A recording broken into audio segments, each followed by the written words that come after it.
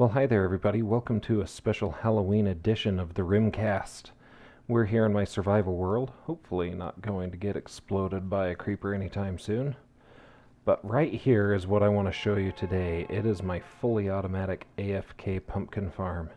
As we approach here, behind the glass there are sticky pistons, ready and waiting to push glass down to break the pumpkins.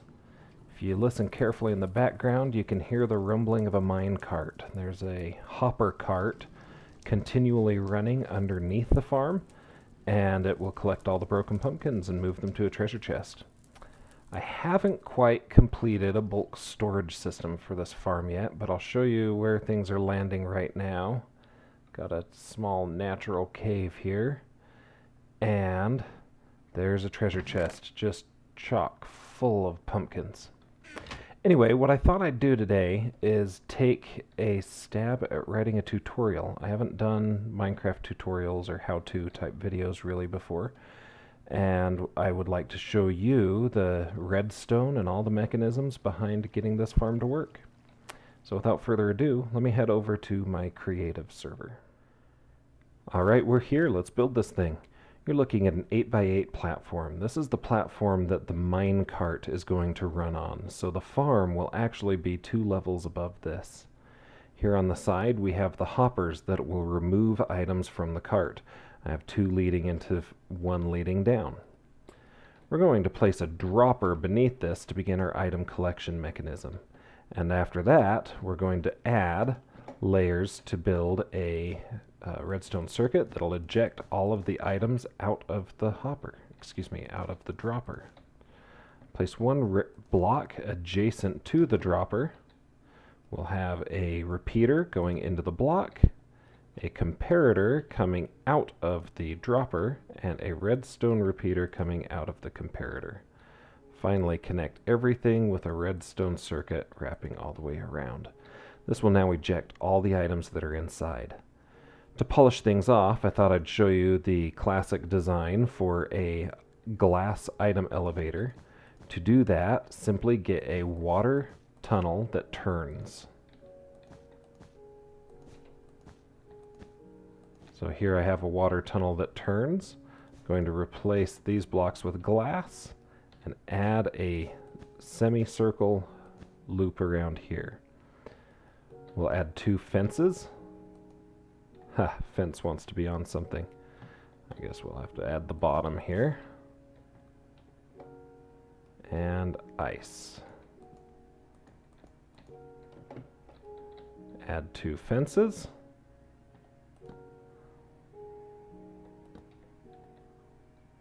my heavens, have I added a gate? Ha! That is funny. So we're going to go actually grab fences here. There we go. Alright. And a bucket of water. This water flow, as it pushes items, will ensure that the items are forced up against the edge of the tunnel. Because they'll be in the edge, they can scoot right in next to the fence. And because of the collision detection in Minecraft, those items will be lifted up above the fence. You can continue lifting them up by adding a plus sign of glass as many times as you want until you've raised the items to the level you want them lifted to. Let's see this thing in action.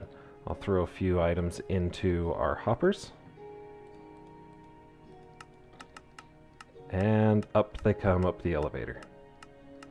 Great, classic design. I can't say that I recall exactly where I got it, though I'll do some hunting and give some credits in the description. Alright, there are 2 things to consider when building a railroad for a continuous farm like this. One is that you want the railroad to cover every possible square under the farm. The other is you want enough powered rail that the cart will be kept moving continuously without needing any intervention. And finally, you'll need to pay mines to corners where the cart turns. If there is a wall adjacent to a corner where a cart turns, that'll slow down the momentum of the cart.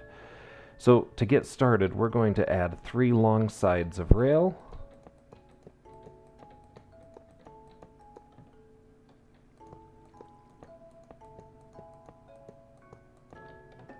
And from there, we can add a zigzag pattern like so.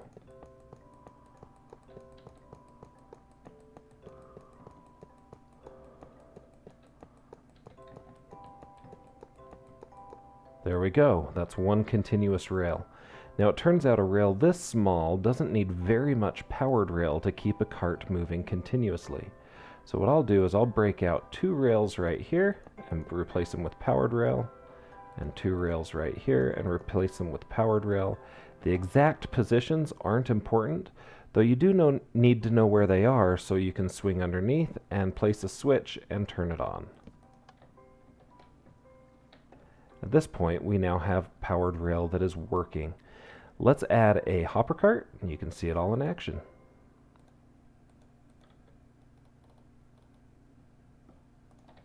Give that a nudge.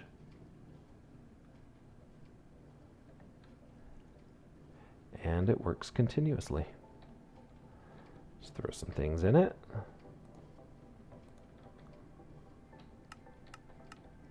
And off they come up the elevator.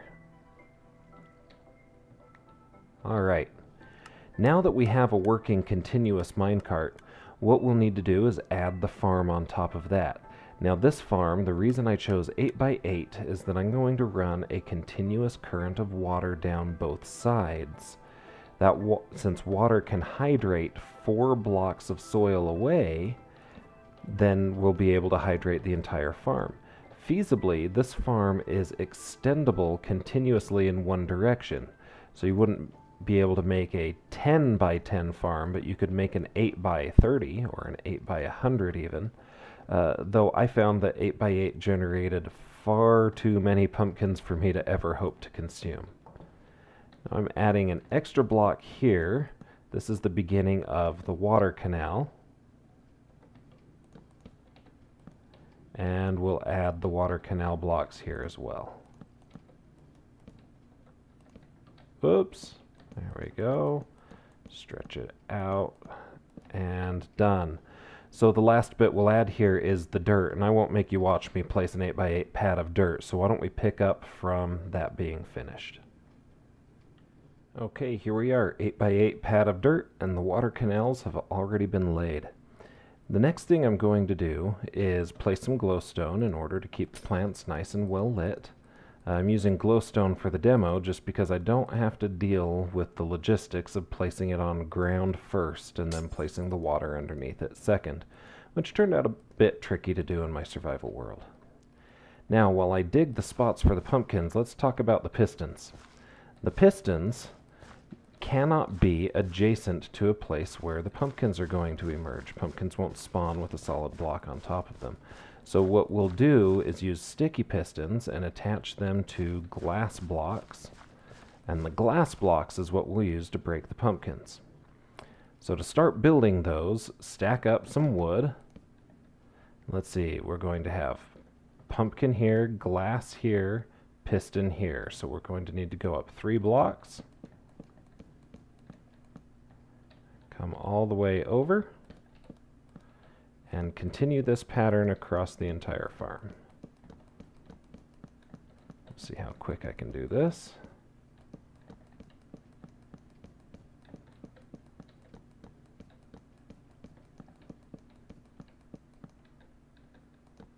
How close are we? Last row, here we are. Great. Next up, grab your sticky pistons and place them over every square that a pumpkin can emerge.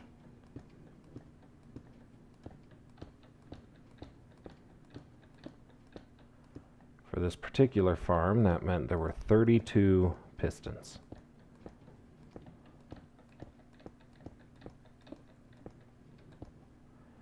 Excellent. Now that those are ready, you can place glass underneath each piston.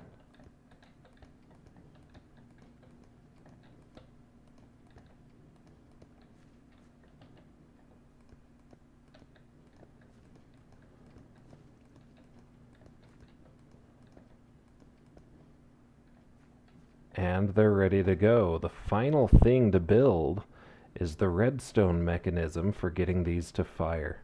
Now I put the redstone mechanism right here above the redstone, or excuse me, above the glowstone by building a small platform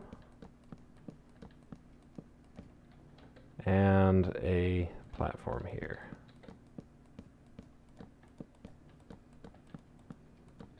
Now, what I decided to use was something that the Minecraft wiki calls an Ethonian hopper clock. I can only assume that they call it the Ethonian hopper clock because it was invented by Etho in Etho's lab.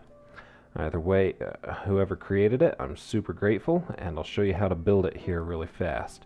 Going to need a couple of torches, some hoppers, redstone block, sticky piston, and some redstone dust. Now what we'll do is place a solid block with 4 spaces in between. 1, 2, 3, 4. Next up, we're going to use a comparator to move a signal into those blocks. The signal going into those blocks will come from 2 hoppers that are fed into each other. So one there and one there. So they're feeding into... There we go. They're feeding into each other. Now, we'll place a dot of redstone here and here. Place a sticky piston next to the comparators. And a redstone block in between. The clock is ready to go. We need to fill up an item real quick, so we'll go get some stuff from my inventory. That sounds good. Oak leaves, anything unvaluable to you is fine. And you can see that immediately these items are moving out of this hopper into this hopper. When there's no longer anything in this hopper, it'll stop charging the block, which will stop charging the dust, which will cause this to retract, moving the redstone block from the right to the left. At that point, the items in the hoppers can start moving the other direction. Now we can extend this signal out to our pistons simply by placing a redstone torch on the block and using a lot of redstone dust. So we'll take a bead of redstone dust all the way across, and then we'll make a mess of redstone directly above all the pistons.